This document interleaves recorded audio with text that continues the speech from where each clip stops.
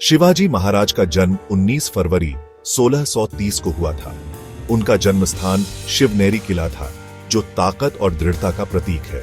उनके पिता शहाजी भोसले एक मराठा सेनापति थे। उनकी मां जीजाबाई बहुत धार्मिक और बहादुर महिला थीं।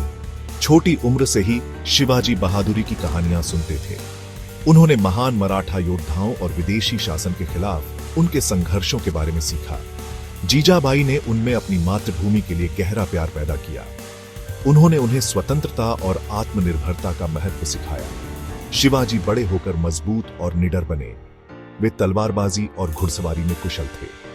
वे एक स्वाभाविक नेता भी थे, जो अपने आसपास के लोगों में वफादारी और प्रशंसा को प्रेरित करते थे। उनकी तेज बुद्धि कम उम्र से ही स्पष्ट थी। युवा शिवाजी एक स्वतंत्र मराठा राज्य का सपना देखते थे। उन्होंने एक ऐसी भूमि की कल्पना की जहां उनके लोग सम्मान और गर्व के साथ रह सके। इस सपने ने उनकी महत्वाकांक्षा को बल दिया और उनके भाग्य को आकार दिया। जैसे जैसे शिवाजी बड़े होते गए, उन्होंने बीजापुर सल्तनत के शासन में अपने लोगों पर होने वाले अत्याचार को देखा। अन्याय ने उनकी आजादी की इच्छा को और बढ़ा दिया। उन्होंने महसूस किया कि उनके अधिकारों के लिए लड़ने का समय आ गया है। 16 साल की छोटी सी उम्र में शिवाजी ने अपने मिशन की शुरुआत की। उन्होंने बीजापुर सल्तनत से तोरणा किला जीत लिया।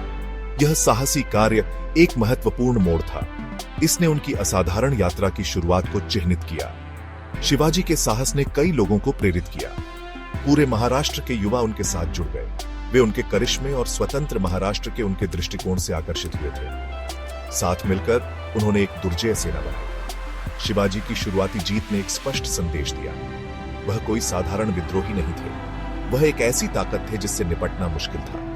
युवा योद्धा राजा की कहानी फैलने लगी थी। शिवाजी महाराज सामरिक गढ़ों के महत्व को समझते थे।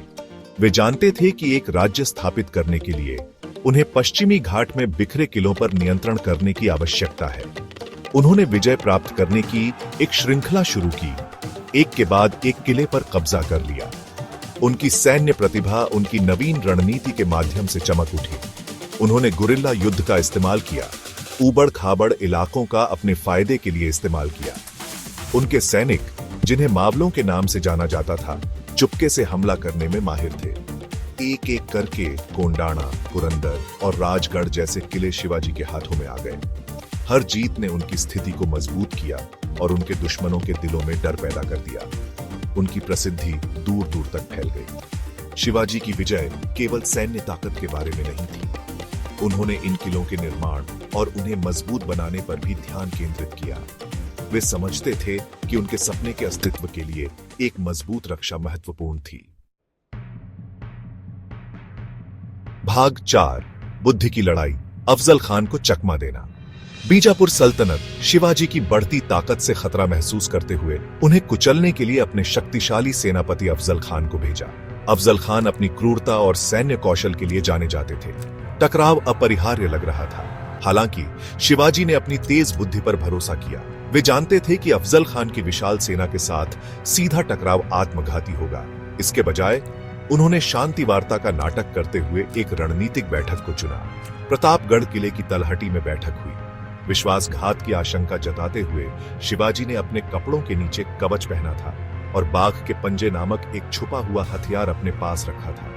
बैठक के दौरान अफजल खान ने एक धोखेबाज जाल में शिवाजी को मारने की कोशिश की। हालांकि शिवाजी ने अविश्वसनीय चपलता और साहस के साथ हमले का मुकाबला किया। उसने अपने बाघ के पंजों का उपयोग करके अफजल खान को मार डाला, जिससे दुश्मन के खेमे में सदमा पहुंच गया।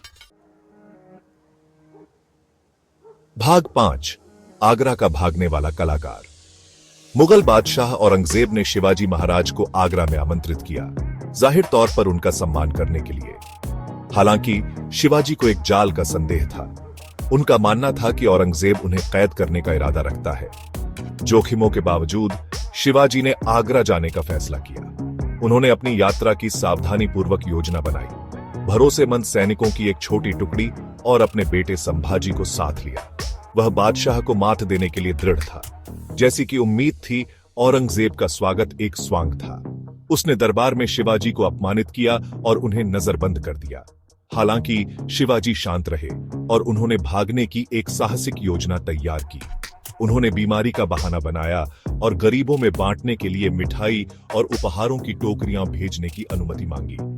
इन टोकरियों के अंदर शिवाजी और उनके बेटे संभाजी छिपे हुए थे। वे मुगलों को चकित और शर्मिंदा छोड़कर आगरा से सफलतापूर्वक भाग निकले।